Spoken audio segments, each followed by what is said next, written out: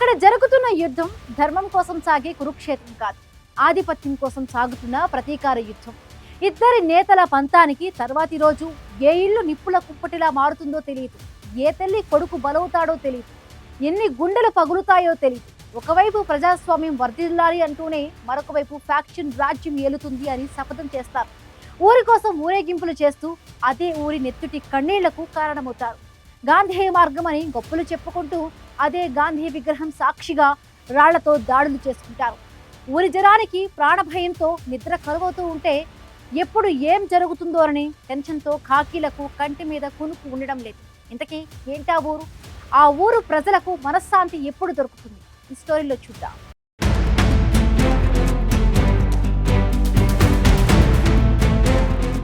మానవ వైఫల్యాలు, స్వార్థం, నాయకుల అహంకారం వల్ల యుద్ధాలు వస్తాయని, వీటిని నివారించకపోతే మానవాళికి ముప్పు వాటిల్లుతుందని ఎంతోమంది మేధావులు చెప్పారు. కానీ అలాంటి యుద్ధాన్ని తాడిపత్రి ప్రాంతం కొన్ని దశాబ్దాలుగా చూస్తుంది. ఇక్కడ జరిగేది రాజ్యాల కోసం కాదు, సంపద కోసం, అంతకంటే కాదు, కేవలం ఆధిపత్యం కోసం, పంతం కోసం జరుగుతున్న ఈ యుద్ధం ఎంత వినాశనం సృష్టించిందో ఈ ప్రాంత ప్రజలకు బాగా తెలుసు. 5-6 దశాబ్దాల క్రితం తాడిపత్రి అనే ప్రాంతం ప్రశాంతతకు పుట్టినిల్లు. పెన్నా నది ఒడ్డున బుగ్గ రామలింగేశ్వరుడు, చింతల వెంకటరమణ స్వామి కొలువు తీరిన ఈ ప్రాంతంలో ఆధ్యాత్మికత, పచ్చని పంటలు కనిపించేవి. కానీ కేవలం 2 కుటుంబాల మధ్య మొదలైన ఆధిపత్య పోరు నేటికి రావణ కాష్టంలా రగులుతూనే ఉంది. జేసీ, కేతిరెడ్డి అనే కుటుంబాల మధ్య సాగుతున్న ఆధిపత్య పోరు ఫ్యాక్షన్గా రూపాంతరం చెంది ఆ తర్వాత రాజకీయ కక్షలుగా మారింది. అప్పట్లో జేసీ దివాకర్ రెడ్డి, పెద్దారెడ్డి సోదరుడు కేతిరెడ్డి సూర్యప్రతాప్ రెడ్డి మధ్య గొడవలు ప్రారంభమయ్యాయి. తాడిపత్రి మీద ఆధిపత్యం కోసం 2 వర్గాలు ఘర్షణలు పతాక స్థాయికి చేరుకున్నాయి. ఈ క్రమంలో ఎంతోమంది బలయ్యారు. చివరకు 2005లో కేతిరెడ్డి సూర్యప్రతాప్ రెడ్డి కూడా దారుణ హత్యకు గురయ్యారు. ఆ తర్వాత జేసీ ప్రభాకర్ రెడ్డి, కేతిరెడ్డి పెద్దారెడ్డిల మధ్య వార్ కొనసాగుతూ వచ్చింది.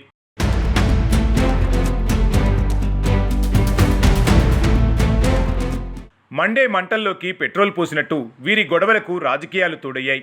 2019 ఎన్నికల వరకు జేసీ కుటుంబం వరుస విజయాలు సాధిస్తూ వచ్చింది. అయితే 2019 ఎన్నికల్లో దివాకర్ రెడ్డి, ప్రభాకర్ రెడ్డిలు పోటీ చేయకుండా వారి కుమారులను బరిలో దింపారు. కానీ ఆ ఎన్నికల్లో కేతిరెడ్డి పెద్దారెడ్డి తాడిపత్రిలో ఎమ్మెల్యేగా గెలిచారు. అప్పటి నుంచి జేసీ వర్గానికి ఎదురుదెబ్బలు ప్రారంభమయ్యాయి. అప్పటి వరకు వర్గాల మధ్య జరుగుతున్న పోరులో జేసీ వర్గానిదే పైచేయి అవుతూ వచ్చింది. కానీ పెద్దారెడ్డి ఎమ్మెల్యే కావడంతో రివర్స్ అటాక్ ప్రారంభించారు. ట్రావెల్స్ కేసులో జేసీ ప్రభాకర్ రెడ్డితో పాటు ఆయన తనయుడు జేసీ అస్మిత్ రెడ్డి జైలుకు వెళ్లారు. జైలు నుంచి విడుదలైన క్రమంలో జేసీ రెచ్చగొట్టారంటూ అటు నుంచి అటే జైలుకు పంపించారు. ఇక అప్పటి నుంచి జేసీ కూడా వెనక్కు తగ్గకుండా పెద్దారెడ్డిపై అంతే దూకుడుతో ముందుకు సాగారు. ఈ క్రమంలో తన భార్య ఇసుక అమ్ముకుంటున్నారంటూ సోషల్ మీడియాలో జేసీ అనుచరులు పోస్టులు పెట్టడంపై పెద్దారెడ్డి ఆగ్రహించారు. ఆయన ఏకంగా జేసీ ప్రభాకర్ రెడ్డి ఇంటికి వెళ్లారు. అక్కడ జేసీ అనుచరులపై దాడి చేశారు. ఆ సమయంలో జేసీ ఇంట్లో లేకపోవడంతో పెద్ద ప్రమాదమే తప్పింది. ఇక అక్కడ జేసీ మరింత దూకుడు పెంచారు. మున్సిపల్ ఎన్నికల్లో సైతం విజయం సాధించారు. పెద్దారెడ్డి చేసే ప్రతి పనికి జేసీ అడ్డు వెళ్లడం, చాలాసార్లు నిరసనలు చేపట్టడంతో సుమారు 94 కేసులు నమోదయ్యాయి.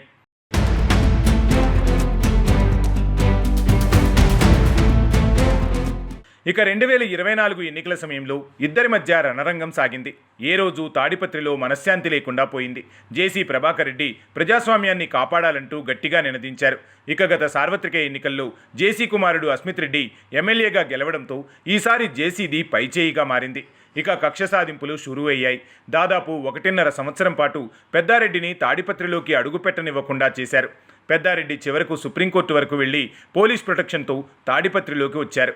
ఆయన తాడిపత్రిలోకి వచ్చారు, కానీ ఏ కార్యక్రమమూ చేయనివ్వకుండా జేసీ అడ్డుకుంటూ వస్తున్నారు. పోలీసులు మాత్రం లా అండ్ ఆర్డర్ అని పెద్దారెడ్డిని 2 ఏళ్లుగా నిలువరిస్తూనే వచ్చారు. ఈ క్రమంలో సార్వత్రిక ఎన్నికలు సమీపిస్తున్న వేళ పెద్దవడుగూరులోని ఒక వైసీపీ నేత ఇంటి వద్దకు జేసీ అనుచరులు సుమారు 50 వాహనాల్లో వెళ్లి నిరసనకు దిగారు. ఆ తర్వాత జేసీ స్థానిక సంస్థల ఎన్నికల్లో వైసీపీ నేతలను నామినేషన్ వేయనివ్వమని, వేసినా పోలీసుల చేతనే రిగ్గింగ్ చేయిస్తానన్నారు. ఆ తర్వాత వెన్నుపోటుకు 2 ఏళ్ల పేరుతో పెద్దారెడ్డి నిరసన చేపట్టగా పోలీసులు అడ్డుకుని ఆయన్ని అనంతపురం తరలించారు. జేసీ అదే రోజు పోలీస్ స్టేషన్ దగ్గర ఆందోళన చేసి అక్కడే రోడ్డుపై స్నానం చేసి నిరసన తెలిపారు. దీంతో పెద్దారెడ్డిపై కేసులు నమోదు చేశారు. అదే రోజు పెద్దారెడ్డి కూడా ఎస్పీ ఆఫీస్ వద్దకు వచ్చి ఆందోళన చేశారు. 5 రోజుల క్రితం ఇది మరింత ముదిరి తాడిపత్రి పోలీస్ స్టేషన్ సమీపంలో వైసీపీ నేత కేశవరెడ్డిపై జేసీ అనుచరులు దాడికి దిగారు. పోలీసుల సమక్షంలోనే ఈ దాడి జరగడంతో వైసీపీ నేతలంతా ఏకతాటిపైకి వచ్చి 26వ తేదీన తాడిపత్రిలోని గాంధీ విగ్రహం దగ్గర సామూహిక దీక్ష చేస్తామని హెచ్చరించారు.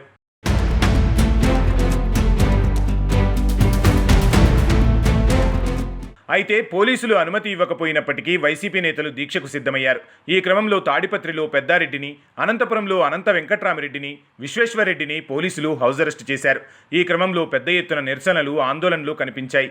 ఇలా నిన్నటి వరకు తాడిపత్రిలోనే కనిపించిన ఉద్రిక్త పరిస్థితులు అనంతపురం జిల్లా కేంద్రానికి కూడా పాకాయి. ఇప్పుడు ప్రజాస్వామ్యం గురించి మాట్లాడుతున్న వైసీపీ నాయకులకు గతంలో జరిగిన పరిణామాలు గుర్తురావడం లేదా అంటూ వీడియోలు వేసి మరీ జేసీ చూపించారు.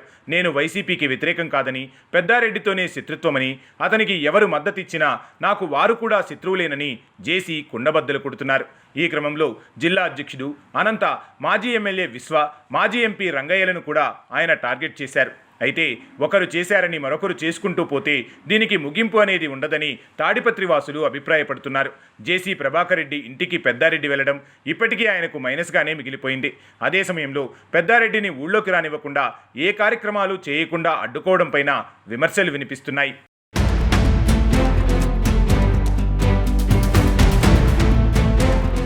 ఇది పార్టీకి ఎలాంటి సంబంధం లేదని, కేవలం తన వ్యక్తిగత అంశమని జేసీ చెబుతూ వస్తున్నారు.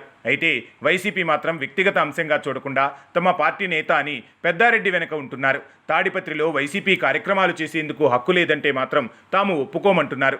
ఇక్కడ ఇద్దరు నేతలు ఊరు కోసమే పోరాడుతున్నామని చెబుతున్నప్పటికీ ఊరిని మాత్రం ప్రశాంతంగా ఉండనివ్వడం లేదు. ప్రజాస్వామ్యాన్ని కాపాడాలంటూనే ఫ్యాక్షన్ అంటూ మీడియా ముందుకొచ్చి మీసాలు మెలేస్తారు. ఇక్కడ పోలీసులకు కూడా విధి నిర్వహణ అంటే పెనం మీద నడిచినట్టే ఉంటుంది.